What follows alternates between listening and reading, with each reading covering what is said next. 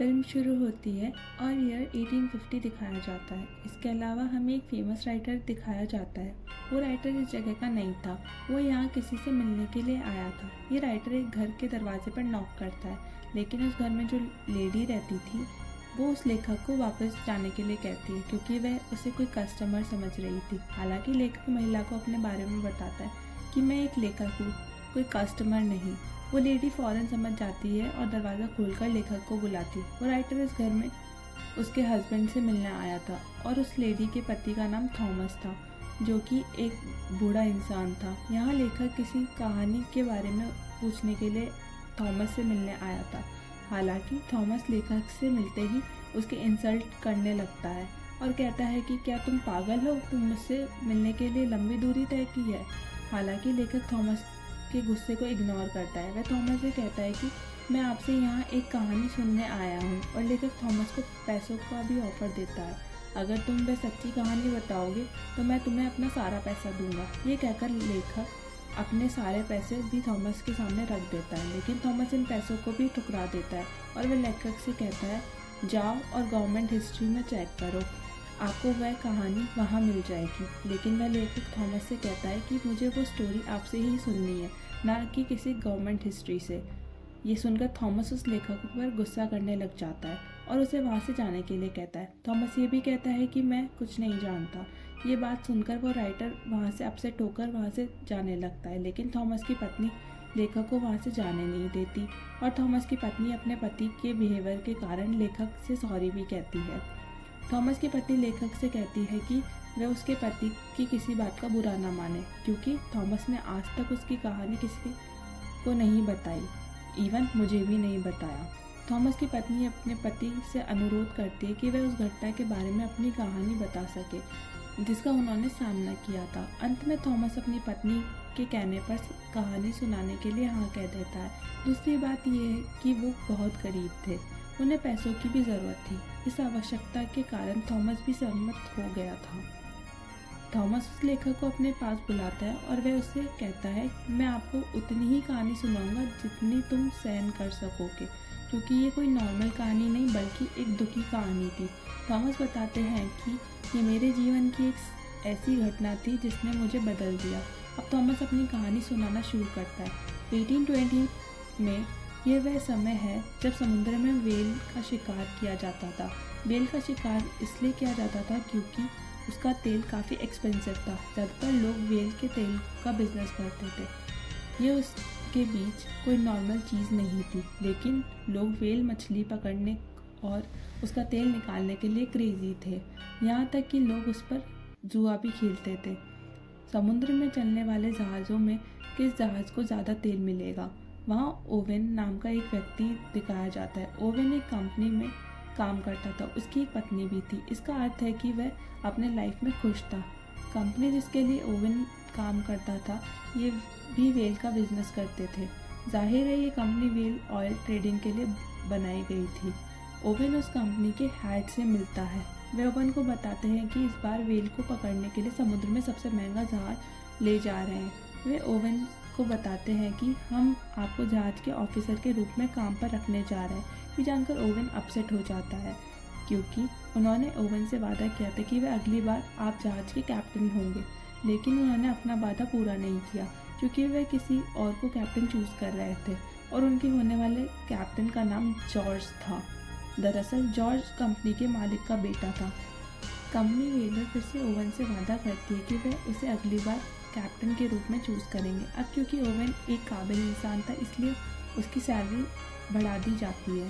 इसलिए ओवेन उनसे सहमत हो जाता है और वह उनसे कहता है कि आप मुझे रिटर्न फॉर्म में दो कि आप मुझे अगली बार एक कैप्टन के रूप में चूज़ करेंगे। तब ये देखा गया है कि ओवेन सफ़र पर जाने के लिए तैयारियां कर रहा था। ओवेन की पत्नी उसके जाने से ज़्यादा खुश नहीं थी। वह ओवेन से कहती मुझसे वादा करो कि तुम जल्दी ही जीवित लौट आओगे। ओवेन की पत्नी उसे एक लॉकेट पहनाती ताकि ओवेन को अपना वादा याद रहे। बाद में वही लड़का जॉर्ज दिखाया गया है जो एक कैप्टन था। जॉर्ज के पिता भी थे। उसके पिता उससे कहते हैं मेरे बेटे जाओ और विजय पाकर लौटो। फिर सभी लोग जिन्हें जाना था सब एक जगह इकट्ठा होते हैं। उन्हें विदा करने के लिए शहर के काफ़ी लोग भी आए होते हैं। वहाँ थॉमस नाम का एक युवा लड़का भी दिखाया गया है। जी हाँ, वह वही है जो अब स्टोरी सुना रहा है और बूढ़े हो गए हैं। थॉमस जो पहली बार व्हेल मछली पकड़ने के लिए समुद्र में जा रहा था, जहाज में अन्य दोस्त के साथ ओवेन का बचपन का दोस्त भी था। इसके बाद कप्तान जॉर्ज और ओवेन एक दूसरे से मिलते हैं। यहाँ उनके बीच टकराव शुरू हो जाता है क्योंकि कैप्टन होने के नाते जॉर्ज ओवेन पर रॉब झाड़ रहा था, लेकिन ओवेन कुछ नहीं कर सकता था क्योंकि जॉर्ज एक कैप्टन था और उन्हें उसके अंडर ही काम करना था। फिर वे अपने सफ़र शुरू करते हैं और जहाज़ में कुछ दूरी पर ही एक प्रॉब्लम हो जाती है। ऐसा लग रहा था जैसे जहाज़ एक जगह फंस गया हो, लेकिन ओवेन अपने स्किल्स का यूज़ करके उस प्रॉब्लम को टैकल करता है। ये साफ है कि ओवेन ऐसा करने पर सक्षम था क्योंकि वह एक्सपीरियंस था, लेकिन कैप्टन जॉर्ज बिल्कुल अपोजिट था। इसका मतलब है कि उसमें इतने स्किल्स और टैलेंट नहीं था, तो वह ओवेन के इसी टैलेंट को देखकर जेलस हो जाता है। इसलिए वह रात में खाने की टेबल पर ओवेन से बदला लेता है। जॉर्ज ओवेन को बहुत नीचा दिखाता है कि आप आम आदमी हैं और किसान के बेटे हैं। ओवेन इस अपमान को सहन नहीं कर पा रहा था, लेकिन वह कुछ कर भी नहीं सकता था, तो वह वहाँ से उठकर चला जाता है और वह अपने साथियों से कहता है, हमें सुबह जल्दी उठना होगा। उस जहाज़ पर देखा जाता है कि आम आदमी को ज़्यादा इम्पोर्टेंस नहीं दी जा रही थी, बल्कि उन्हें नीचा समझा जाता है। अगले दिन जॉर्ज फिर से ओवेन को ऑर्डर देता है। अब ओवेन को बिन मन से जॉर्ज के ऑर्डर को फॉलो करना पड़ता है। तब ओवेन समुद्र से एक तूफान देखता है।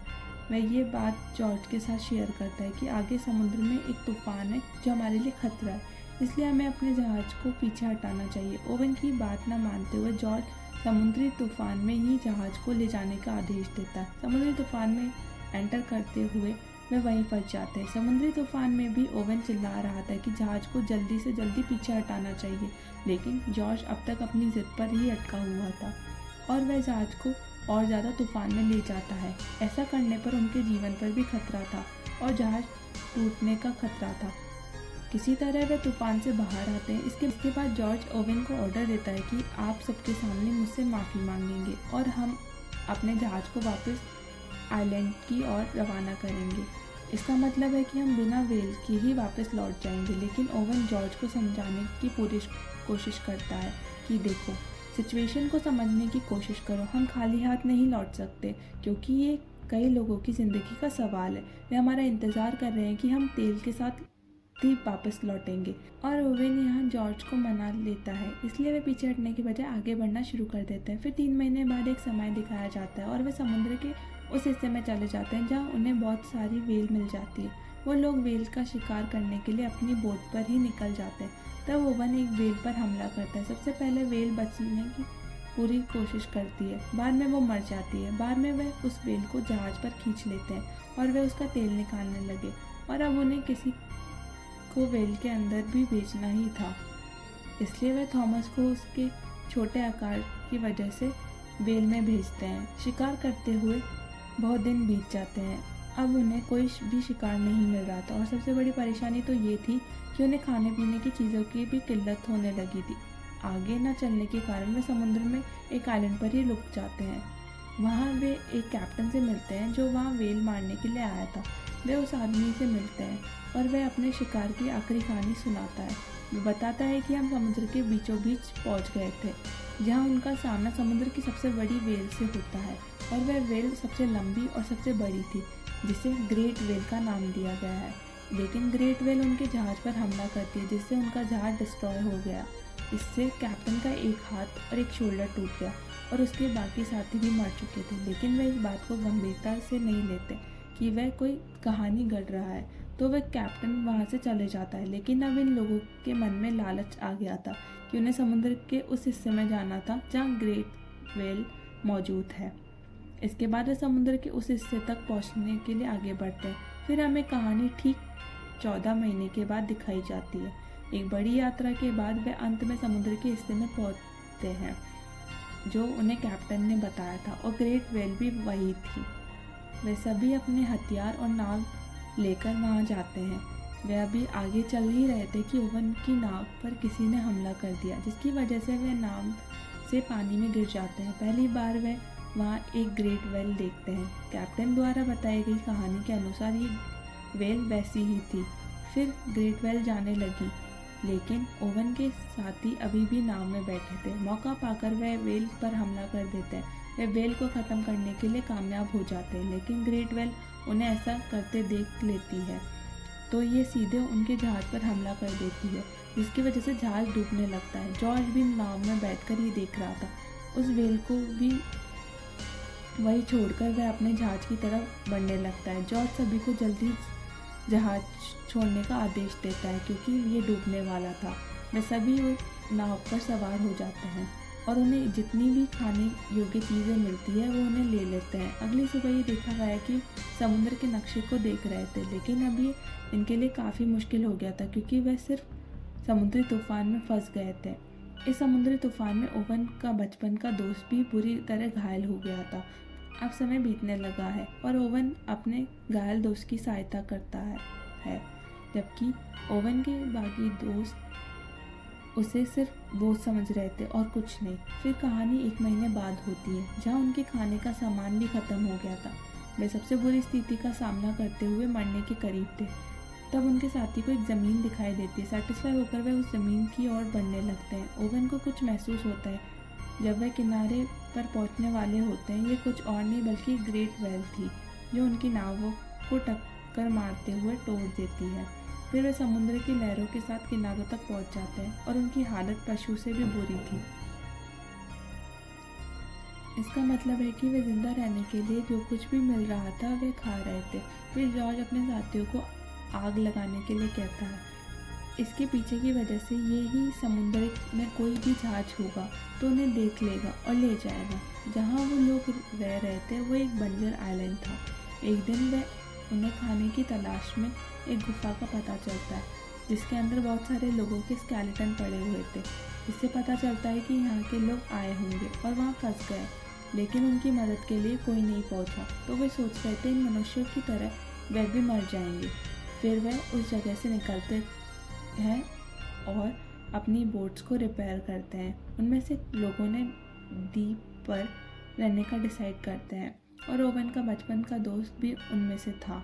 लेकिन ओवन जाते समय अपने दोस्त से वादा करता है कि वह उसके लिए मदद लाकर वापस आएगा। फिर कहानी शुरू होती है 48 डेज बाद। उन लोगों की हालत सबसे ख़राब थी। ये सबकी भुखमरी का शिकार होने ही जा रहे थे। फिर दिखाया जाता है कि उनका एक साथी मर चुका है। तब ओवन का एक दोस्त उसके शव को समुद्र में फेंकने जा रहा था। तब वह लोग काफ़ी अजीब चीज़ डिसाइड करते हैं। वे उसके शव को फेंकने के बजाय खाने का फैसला करते हैं। ये उनके लिए भारी बोझ था, लेकिन उनके पास इसके अलावा कोई भी चारा नहीं था। इस फैसले से सभी परेशान हैं, लेकिन उन्हें अपने आप को ज़िंदा रखने के लिए कुछ तो करना ही था, क्योंकि ऐसी स्थिति में फंसने से वे बेबस थे। इसलिए वे अपने मित्र का मांस खाते हैं। और कहानी फिर प्रेजेंट टाइम में आ जाती है, जहाँ हमें बूढ़ा थॉमस ही दिखता है। जहाँ थॉमस उदास था क्योंकि उन्हें अपने ही साथी का मांस खाना पड़ा था। लेकिन ओवन की पत्नी भी रोते हुए वहाँ पहुँच जाती है। अपने पति की कहानी सुनकर वह बहुत दुखी हुई। फिर वह आगे की कहानी सुनाने के लिए थॉमस से कहती है। फिर उस इंसिडेंट होने के बाद 1 महीने के बाद समय दिखाया जाता है, जहाँ वह लोग फंसकर समुद्र में भटक रहे थे। भुखमरी के कारण उनकी हालत बहुत ख़राब थी, इसलिए वह जीने के लिए एक दूसरे के दबाव में खेल खेलते हैं, जिसमें जो हार जाता था उसको मार दिया जाता था और बाद में सभी साथी मिलकर उसका मांस खाते थे। एक दिन वह कैप्टन जॉर्ज हार जाता है। जॉर्ज अपने कज़न को बंदूक देते हुए उसे जॉर्ज पर फायर करने के लिए कहता है। वो कहता है मुझे मार डालो, लेकिन जॉर्ज के कज़न ने उस पर बंदूक चलाने के बजाय खुद को मार डाला और बाकी लोग उसका मांस खाते हैं। एक दिन वह फिर से उस ग्रेट वेल को देखता है। फिर ओवन उस वेल पर हमला कर देता है। उसी समय ओवन उस वेल की आंख में देखता है, तो ओवन उस वेल पर अटैक नहीं करता और वो भी वहाँ से निकल जाती है। कई दिनों बाद एक जहाज़ दिखाया जाता है और जहाज़ पर सवार लोग जॉर्ज की नाव को देखते हैं, इसलिए वे उनकी मदद करते हैं। जब जहाज़ का कैप्टन ये देखता है कि इस बोट में मानव के कंकाल है, इसलिए वह हैरान हो जाता है। और ओवन और थॉमस की नाव दूसरी नाव से अलग हो गई थी। ओवन और थॉमस डिफ़िकल्ट सिचुएशन में थे और मर रहे थे। तब ओवन ने एक जहाज़ को नोटिस किया और वह उस जहाज़ को अपने हेल्प के लिए बुलाता है और फिर इस खतरनाक सिचुएशन से वो बाहर आ जाते हैं। अंत में उन्हें जीवित रहने के लिए कुछ दिनों के बाद उनके घर में लाया जाता है, जहाँ उनके घर वाले उन्हें देखकर हैरान हो जाते हैं, क्योंकि उन्होंने अनुमान नहीं लगाया था कि वह पहले ही मर चुके होंगे। ओवन की पत्नी भी यहाँ उसका वेट कर रही थी। ओवन की पत्नी के पास आता है और दोनों मिलते हैं। उसी दिन ओवन और थॉमस भी एक दूसरे से मिलते हैं, जहाँ ओवन अपनी वेल पेन थॉमस को उसकी निशानी के रूप में देता है। इसके बाद कंपनी वाले ओवन और जॉर्ज को बुलाते हैं समुद्र में उनका सामना करने वाली कहानी सुनने के लिए। ओवन वहाँ से जाने लगता है, क्योंकि उनकी कहानी पर कोई भरोसा नहीं किया जा रहा था। ओवन जाते समय जॉर्ज से कहता है, एक कैप्टन के रूप में आपने अपना कर्तव्य निभाया, उन्हें सच्चाई बताएं। शुरुआत में जॉर्ज झूठ बोलता है, फिर वह बाद में सच्चाई का खुलासा करता है, लेकिन कंपनी के सदस्य इसी पूरी बात को मनगढ़ंत कहानी बना देते हैं। इसके बाद ओवन दिखाया जाता है। अब ओवन को एक नया जीवन मिल गया था। इस तरह वह अपने नए जीवन की अच्छी शुरुआत करता है और उसने अपने वचन के अनुसार द्वीप पर अपने मित्र के लिए एक नाव भी भेजी, लेकिन बहुत देर हो चुकी थी, क्योंकि ओवन का दोस्त अब नहीं था। यहाँ थॉमस की कहानी पूरी होती है। थॉमस कहानी सुनाने के बाद पूछता है, क्या आप इसे दुनिया के सामने प्रकट करेंगे? लेखक उत्तर देता है, हाँ, लेकिन मैं इस कहानी को एक नया मोड़ दूंगा, जो सच्ची घटना पर आधारित होगी। बाद में कई महीनों के बाद समय दिखाया जाता है। यहाँ दिखाया गया कि उस लेखक ने पुस्तक लिखी और वह बहुत प्रसिद्ध हो गया, और इसी सीन पर फिल्म पूरी हो जाती है। अगर आपको हमारा हिंदी एक्सप्लेनेशन अच्छा लगा हो तो हमारे चैनल को ज़रूर सब्सक्राइब करें। Thank you.